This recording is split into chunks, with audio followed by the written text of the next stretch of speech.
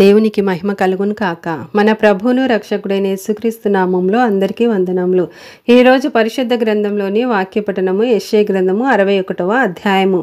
ప్రభువు యెహోవా ఆత్మ నా మీదికి వచ్చి ఉన్నది, దీనులకు సువర్తమానము ప్రకటించుటకు యెహోవా నన్ను అభిషేకించెను.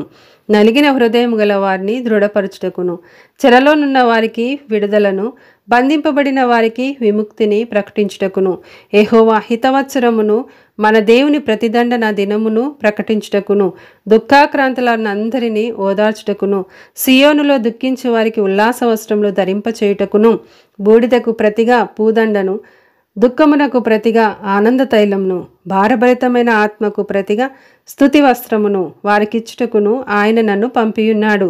యెహోవా తను మహిమపరచుకొనున్నట్లు నీతి అను మస్తకి వృక్షములనియు యెహోవా నాటిన చెట్లనియు వారికి పేరు పెట్టబడును.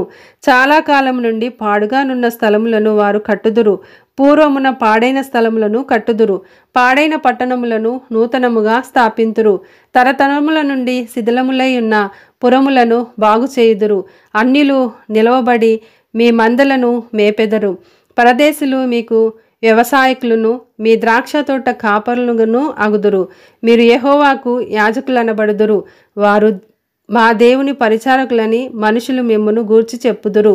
జనముల ఐశ్వర్యమును మీరు అనుభవింతురు, వారి ప్రభావమును పొంది అతిశయింతురు.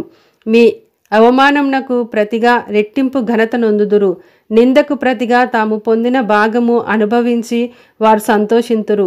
వారు తమ దేశములో రెట్టింపు భాగమునకు కర్తలగుదురు, నిత్యానందము వారికి కలుగును. ఏలయనగా న్యాయము చేయుట యెహోవానగు నాకిష్టము, ఒకడు అన్యాయముగా ఒకని సొత్తు పట్టుకొనుట నాకు అసహ్యము. సత్యమును బట్టి వారి క్రియాఫలమును వారికిచ్చును, వారితో నిత్య నిబంధన చేయుదును. జనములలో వారి సంతతి తెలియబడును, జనముల మధ్యను వారి సంతానము ప్రసిద్ధి నొందును. వారు యెహోవా ఆశీర్వదించిన జనమని వారిని చూచిన వారందరూ ఒప్పుకొందురు. శృంగారమైన పాగ ధరించుకొనిన పెండ్లి కుమార్ని రీతిగాను, ఆభరణములతో అలంకరించుకున్న పెండ్లి కుమార్తె రీతిగాను ఆయన రక్షణ వస్త్రములను నాకు ధరింపచేసియున్నాడు. నీతి అను పై బట్టను నాకు ధరింపచేసియున్నాడు. కాగా యెహోవాను బట్టి మహానందముతో నేను ఆనందించుచున్నాను. నా దేవుని బట్టి నా ఆత్మ ఉల్లసించుచున్నది.